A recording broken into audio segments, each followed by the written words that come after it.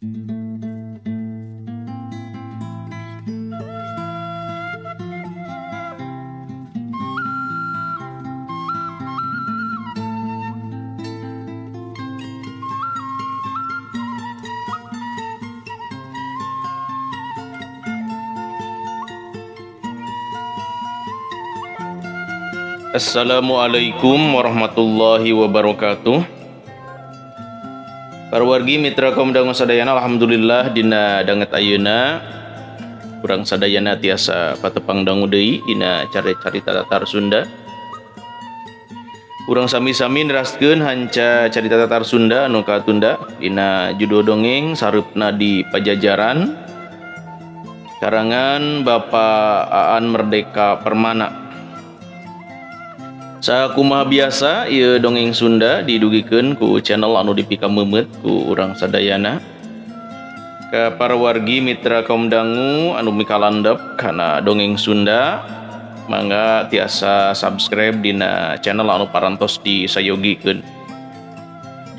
Dina dinten ayeuna ieu dongeng Sareupna di Pajajaran teh lebet kana seri anu ka-60 nya. Sakumaha anu kabandungan ku urang sadayana hanca urang teh kepegat ku waktu dina mangsa medar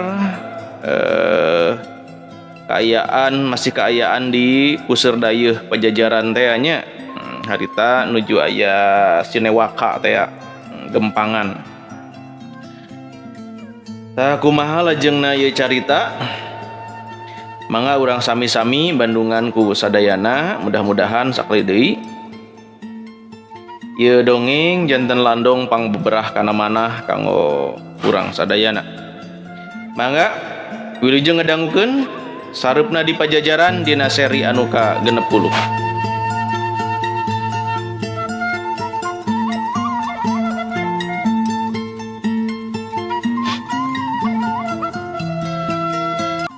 Rengse Kijaya Perbangsa cacarita anu araya sarilih teuteup geus kitu nareuteupna pindah ka Kiyogas Citra. Tugas kaula teh nganasehatan Kangjeng Prabu.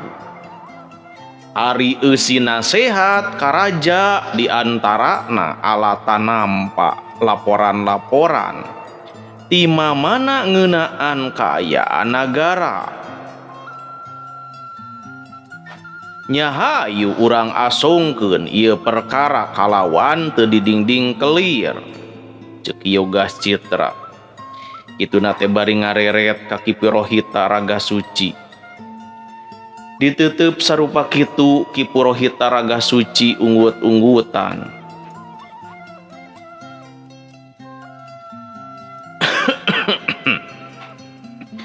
Naon anu keur dicaritakeun ayeuna sabenerna mah geus dirarasa ku sarerea. Sang Prabu nepi ka mana kamampuhna. Ari enas-enasna mah tetep manusia biasa anu keuna ku euwah gingsir. Sakapeung pangaweruhna ngawates sabab ukur ngandelkeun laporan ti jauhna. Jeung teu mustahil eta laporan teh salah deui. Tapi urang oge tetep kudu percaya yen sabenerna ari maksud jeung tujuan Kangjeng Prabu mah bener, nyaeta boga cita-cita hayang Pajajaran badag deui jiga zamana ingkang Prabu Sri Baduga Maharaja Prabu Siliwangi. Prabu Ratu Sakti ayeuna minangka lulugu anu parentahna dina hayang nanjeurkeun Komaranagara kudu digugu. Ngan anu jadi perkara tapi kamana para bawahanana ngalaksanakeun eta gagasan raja kalawan jujur jeung tanggung jawab. Nu dipibutuh ku urang teh titah raja ngan bae alus jeung gorengna eta titah gumantung kana kajujuran urang sarerea dina ngasongkeun laporan situasi di wewengkon. Para pejabat di sahandapeun raja ulah nyieun rarancang gawe dumasar kana karepna sorangan. Komo lamun ukur jang kepentingan sorangan, tingali keayaan rakyat pajajaran teh kumaha, jeung kumaha cara ngajaga karegejegan rahayat.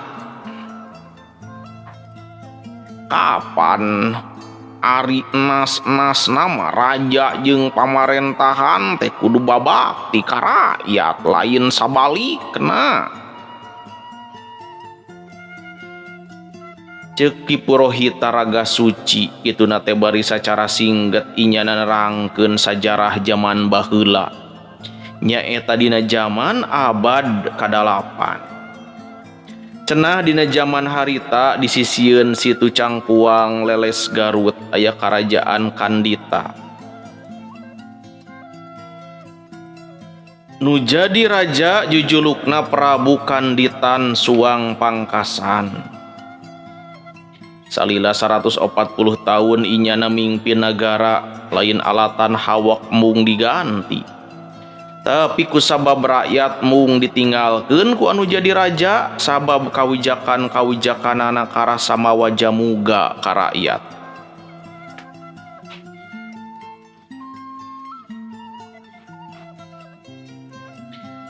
Ajen inajen kahirupan mah ayana di rakyat lain di raja. Itu sababna anu kudu dipihormat mah rakyat lain raja. Kitu cenah ceuk Prabu Kanditan Suwang Pangkasan teh pikeun tanda bukti yen raja leuwih ngahormat ka rakyat.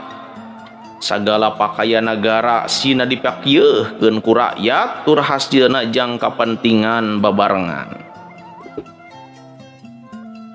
Kaperluan jang kaula mah ceuk raja nya anu basajan we cukup jang 10 kaneun teu kudu kaleulewihi kitu ceuk Kangjeng raja. Ulah jiga ayeuna ceuk Ki Purohita Raga Suci pan geuning ari dina zaman ayeuna pangabutuh rakyat teh dialas ku urang. Tempo-tempo mah hak rakyat oge digunasi ka ku urang. Ki Purohita Raga Suci uar pangajak, hayu cenah urang mulangkeun deui pikir anu mula. Nyaeta sarerea digawe lain jang pribadi wungkul tapi bari keur kapentingan umum nyaeta kapentingan negara anu leuwih badag.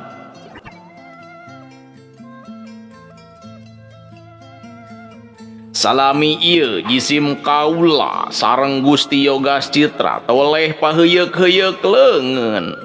Ulanun sauyunan kumaha carana ngajauhkeun pangaruh-pangaruh awon ti jalmi-jalmi anu teu tanggung jawab. Namung geuning karaos beratna teh ceuk Ki Jaya Perbangsa Semungangluh. Sarerea ngahuleng jiga anu karasa yen memang ieu teh pagawean anu berat kacida. Yogas Citra oge disebutkeun kitu sabab saupama maranehna kudu adu hareupan jeung kelompok jalma anu tujuanna ukur rek mentingkeun dirina pribadi, teu mustahil bakal aya kajadian rebutan paham tur bakal papaseaan di jero. Padahal kunyang hareupan musuh ti luar oge urang teh geus karasa ripu dina tarekah ngamaju ke nagara ceuk Yogas Citra. Kaula bakal tetep usaha satekah polah mere pepeling karaja sangkan sing asak-asak dina makieuh ke nagara. Ceki Purohita Raga Suci, cenah inya nama teu bisa langsung cacarita kana inti perkara. Sabab lamun kitu hartina geus ilu biung cenah kana akal-akalan atawa kana politik praktis teh. Kaula masalaku kalangan agamawan ukur mere palanggeran secara umum. Kumaha carana hirup bener kaasup dina urusan makieuh ke nagara, ceki Purohita. Sinewaka teh acan lekasan sabab ngalegaan kana bahasan hal-hal sejena deui. Nya kaasup soal ayana beja pajah Ki Baguseta nyogrogkeun anakna. Nya nyogrogkeun anakna sangkan dipigarwa ku raja. Ki Purohita nerangkeun sacara teu langsung yen di pajajaran aya pantrang raja nikah ka istri larangan. Ari anu dimaksud istri larangan teh nyaeta awewe anu geus katalian janji jeung lalaki sejen. Boh katalian ku pertikahan, boh katalian ku pertunangan. Namung hapunten Purohita, nyimas layang kingkin teh tos ece secara resmi tunangan Raden Banyak Angga. Saupami ieu istri ditikah hartina raja tos ngarempak hiji palanggeran anu berat, cek pajabat sejena. Raja kudu diturunkeun sabab geus nyieun aib ka nagara. Kadenge aya salah saurang pangagung anu nyorowo. Ditempas kalawan tandas ku Ki Yogas Citra yen nurunkeun raja hartina baruntak ka nagara. Urang mah ukur deuk ngageuing raja, lain deuk nurunkeun tina pangkatna, cek Ki Yogas Citra. Namung Ki, isim kaula mah babakti teh ka nagara sanes ka raja, cek pangagung sejena. Atuh akhirna mah pabedas-bedas sora tapi kagandeng. Ti dieu ge ku ginggi ka Bandungan yen tong boroning sanagara dalah saimah ge. Nyatana di lingkungan kementerian anu dipimpin ku Ki Yogas Citra beda cenah pamanggih teh geus natrat aya. Meureun anu ku ginggi perlu diimeutan teh naha anu menta raja diturunkeun anu joana ti ieu imah teh sapaham henteu jeung kelompok Ki Baguseta.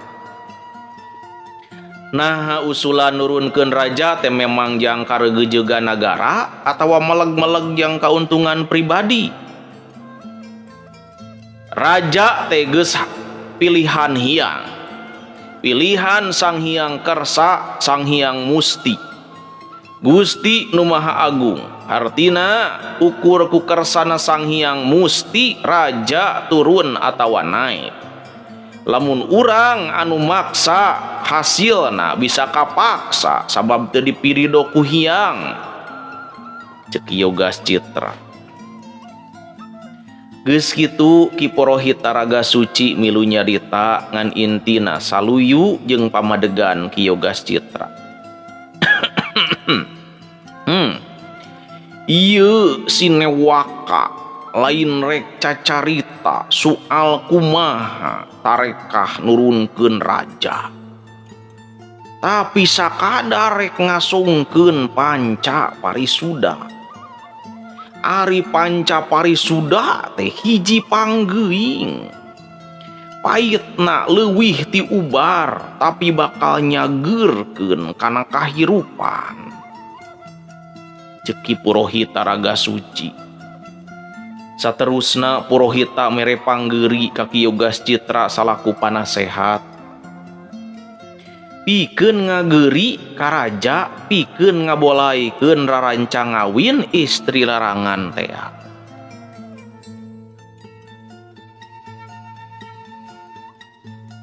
anu ditugaskeun ungguk sanajan ungguk nalalaunan kahartieun ku Ginggi mah ieu tugas teh pikeun Ki Yoga Citra mah karasa berat pisan. Ari beratna sabab ieu perkara teh geus pasti bakal ngabaud kana urusan kulawargana. Kapan Raden Banyak Angga teh tunangan resmi ti Nyimas Layang Kingkin. Lamun Ki Yoga Citra engke mere nasihat sangkan raja ngabolaikeun pamaksudan ngawin Nyimas Layang Kingkin, bisa disalahartikeun yen nyarek kitu teh meureun we cenah. Boga maksud sangkan hubungan antara Raden Banyak Angga jeung Nyimas Layang Kingkin teu kaganggu. Gusti Yoga Citra ulah ngaraos ham-ham. Margi salira salaku panasehat ngasongkeun panggeuri ka raja teh demi kepentingan negara sanes hal-hal anu sifatna pribadi. Ceuk kisu ta arga lira anu bisa neguh ka ham-ham Ki Yoga Citra. Pasamuan teh rengse tengah peuting Ginggi henteu apal naha sarerea ngarasa sugema ku hasilna atawa henteu. Anu kabireungeuh ku Ginggi mah pasamuan Raden Banyak Angga mah alum ngingu kasedih.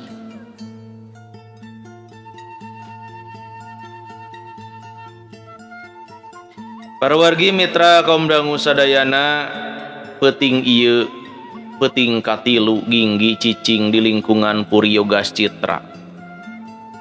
Salila tilu peuting ieu jalan pikiran anak kacau teu puguh. Tujuan sabenerna cicing di dieu oge manehna mah teu nyaho jang kepentingan naon cenah.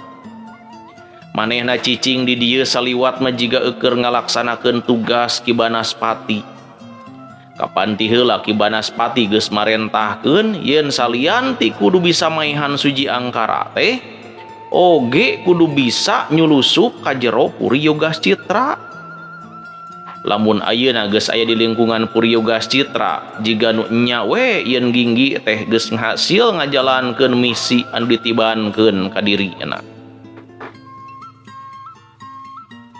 Padahal bisana kieu teh kabeh ge sasat sarwa teu dihaja hartina teu direncanakeun.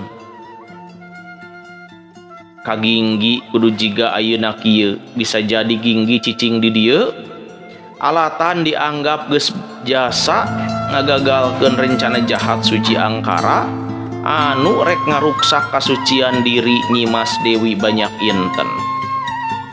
Padahal anu karasa harita Ginggi nyusul-nyusul tepi ka wilayah Pulo Gelis Parakan Baranang Siang teh kusabab saking ku panasna hate alatan rasa timburu. Ginggi ngarasa lebar rasa upama Nyimas Dewi Banyak Inten anu sakitu sucina kudu disasaak ku amarah birahina Suji Angkara. Bisa jadi palebah dieu mah lain soal rek ngabela bebeneran sabab apan dirina sorangan oge. Dina talajakna anu patalina jeung urusan awewe mah cantang tu bener. Gitu. Kumaha henteu rek kitu da manehna sorangan oge henteu poho kana hal-hal anu di ngabaud urusan awewe teh. Ginggi geus nyieun kajahatan birahi sanajan papada resep jeung lain paksaan tapi tetep we polah-polah anu kungsi kajadian jeung Nyi Santimi teh eta urusan kajahatan birahi. Aing eueuh beda na atuh jeung si Suji meureun pedah itu mah kaleulewihi aing mah teu pati ceuk pikir Ginggi. Ngan rek remen rek henteu tetep we ari ceda mah aya tapakna kitu. Muhun ceda mah sok aya tapakna pajengan Aceng Cikancung.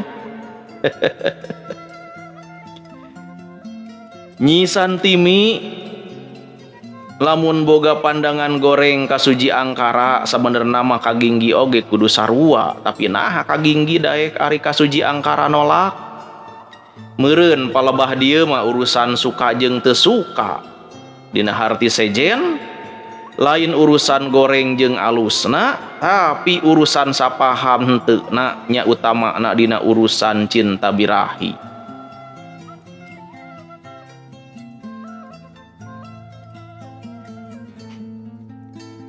Para wargi mitra kaum dangu sadayana, urang rehat teu sakedap.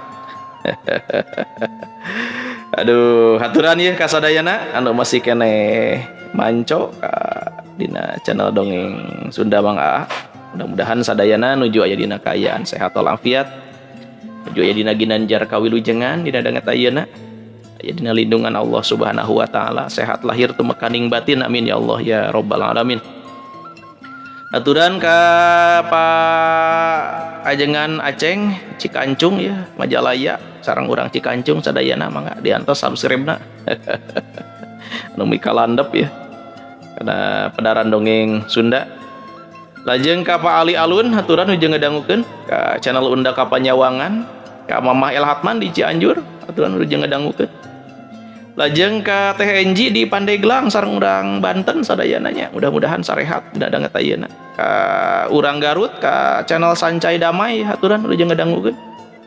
Ka Nenek Yani kumaha damang nenek ujung ngedangukeun, oge ka Ibu Dokter Yulinda Belia di Tasik sareng urang Tasik sadayana anu teu acan ngalih ya pilih hilap.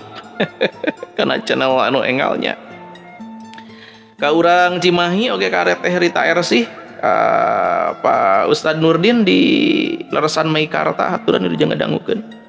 Pak Ayep Karsim di Cimenyan oge ka urang Cilengrang, ka Pak Dedi Suhaili aturan ujung ngedangukeun. Pak Tedi Rahmat di Kadungora sareng urang Leles sadayana aturan ujung ngedangukeun. Pak Yayan Sopyan kumaha damang, aduh ya urang Bandung sadayana. Teh Iom Puspa oge ka Teh Entin Kartini di Buah Batu, ka urang Cikampek Bapak Uwon aturan ujung ngedangukeun, oge ka Ibu Lela Sukaisi. Esther Adelaide wilujeng ngedangukeun. Pak Heri Buhori di Cikarang, oge Teh Tami Malihah di Ciamis, Kang Rendi oge di Ciamis. Pak urang Banjar Pak Prabu Arjuna wilujeng nyakseni wae. Ka urang Jambi ya urang Sunda nu aya di Jambi, Pak Taryo Juragan Tahu sadayana wilujeng ngadangukeun. Pak Agus Somantri oge Kang Jaki Mubarok nu aya di Jakarta aturan wilujeng ngadangukeun bae.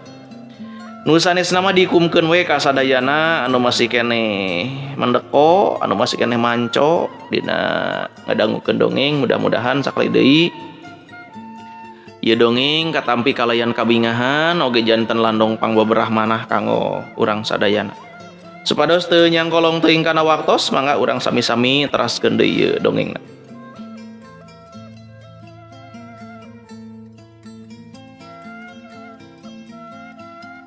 Meureun Nyimas Dewi Banyak Inten oge kitu, tumamprak kana kahayang Suji Angkara teh. Henteu mireungeuh naha Suji Angkara alus atawa goreng, jahat jeung henteuna. Tapi ieu mah meleg-meleg urusan cocog jeung henteuna. Jeung anu leuwih deui ti eta mah bogoh jeung henteuna. Naha aing mani asa pangbenerna kolu ngaganggu jeung ngahalang-halang ka jalma anu keur silih pika cinta, ceuk pikir Ginggi. Kusabab uleng mikiran hal sarupa kitu, sapeupeting teu bisa sare. Gaweana teh gedebag-gedebug we Ginggi teh guling gasahan. Tepikeun sawaktu kasawaktu aya awak ngajuringkang di jero kamarna, Ginggi teu nyaho samemehna. Aduh, Ki Banaspati, ceuk hatena ngagebeg. Aya naon ieu mangkeluk teh ka dieu?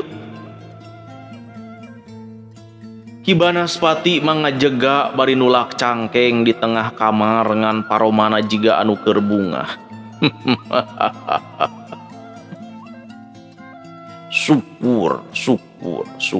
Akhirna sia bisa nyulundu ka dieu. Pokna suraseuri. Ginggi reuas kabina-bina.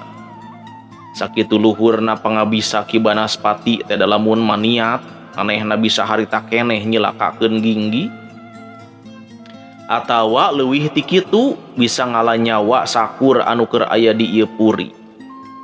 saha bae bakal babari di ala nyawana kaasup ki Yoga Citra.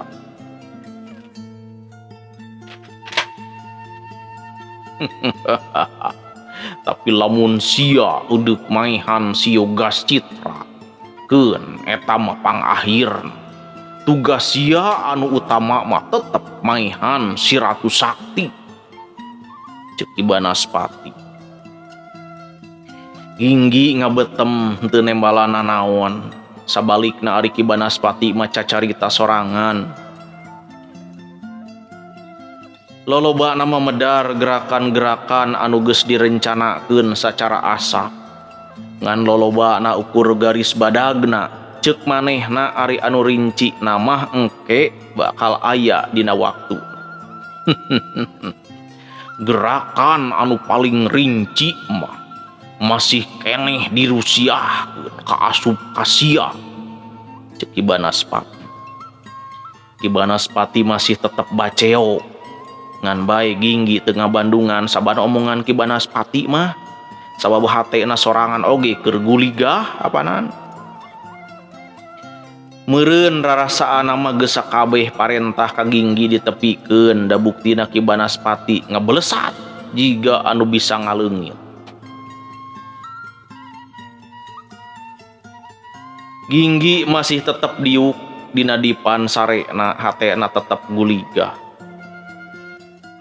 Aing bajoang hayang nyalametkeun kasucian diri Nyi Mas Dewi, tapi asa capek gawe teu kapake. Ceuk Ginggi masih uleng mikiran diri awewe anu dipitineungna. Saeutik oge teu kabawa rudet mikiranna omongan anu cikeneh ditataan ku Ki Banaspati mah. Ginggi lalangkarakan deui di tempat sarena anu karasa mewah ceuk itungan manehna. Di kamarna anu lumayan lega, tempat sarena empuk da make kapuk kasur kapuk sagala. On kitu deui bantalna oge empuk jeung sareungit deui. Dina meja di sisi dipan ngabarak rupa-rupa kadaharan, manehna teu apal eta kadaharan naon bae ngaranna. Ngan kabeh ge mangrupa kadaharan jeunan, lamun keur aya di luar mah paling dahar kulub tales atawa kulub ganyol. Tah terang ganyol.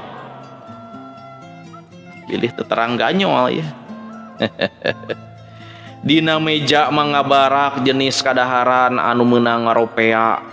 Nya meureun lamun ceuk basa kiwari mah kadaharan sabangsa kuah kue. Ngan sakitu kadaharan sagala aya, Ginggi teu ngarasa bunga hatena. Manehna teu mangpang meungpeung dumeh sagala dipujuhkeun. Malah kumaha cenah asa sedih, asa jarauh panineungan jeung asa keueung hirup nyeng celing. Bareto zaman diponcrot Cakrabuana hirup ukur duaan jeung Ki Darma anu jadi guruna. Lamun mah haneuteun paling dibaturan ku bebence atawa manuk walik ari isuk-isuk, hirup teh asa bungangang gumbira eueuh panyerewedan. Nah atuh ari ayeuna di tempat rame, di tempat haneuteun anu saban waktu ngadenge jalma galecok, anu karasa teh ukur keueung jeung keueung we. Di tengah-tengah jalma rea di hiji puseur dayeuh nagara aneh. Hate Ginggi mah asa teu gumbira. Hirup teh asa nyeng celing, asa teu boga batur pakumaha henteu jiga keur kumpul jeung guruna padahal pan ukur duaa. Aneh, heuh aneh ceuk Ginggi teh. Padahal sabada diumumkeun saha Ginggi anu sabenerna ayeuna jadi loba jalma anu hormat ka dirina. Ginggi geus disebut sinatria pajajaran, ukur nungguan dilantik unggul sangkan resmi disebut sinatria teh. Aneh deui wae, Ginggi teu ngarasa sugema, teu ngarasa bunga komo reueus mah. Padahal batur mah loba anu totorosol hayang harkat hirupna ngajaul.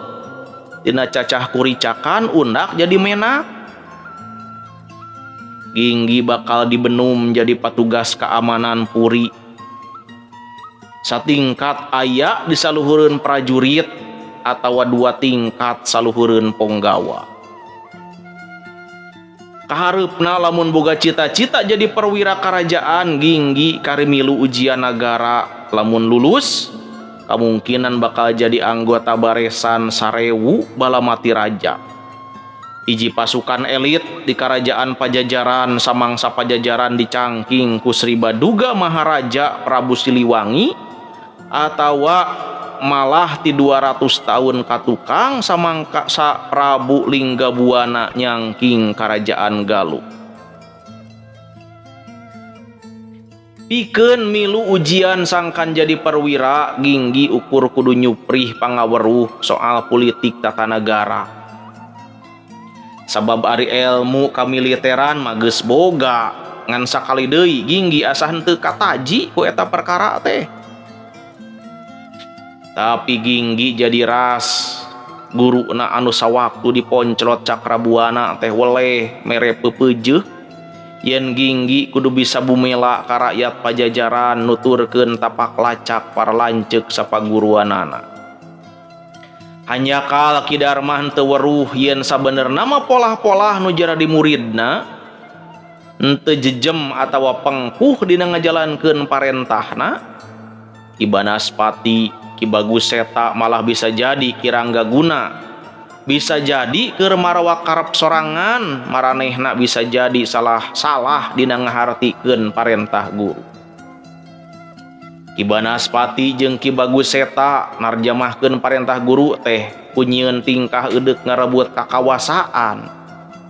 Ceuk maranehna euleuh prawargi mitra kaum dangu sadayana waktosna parantos seep.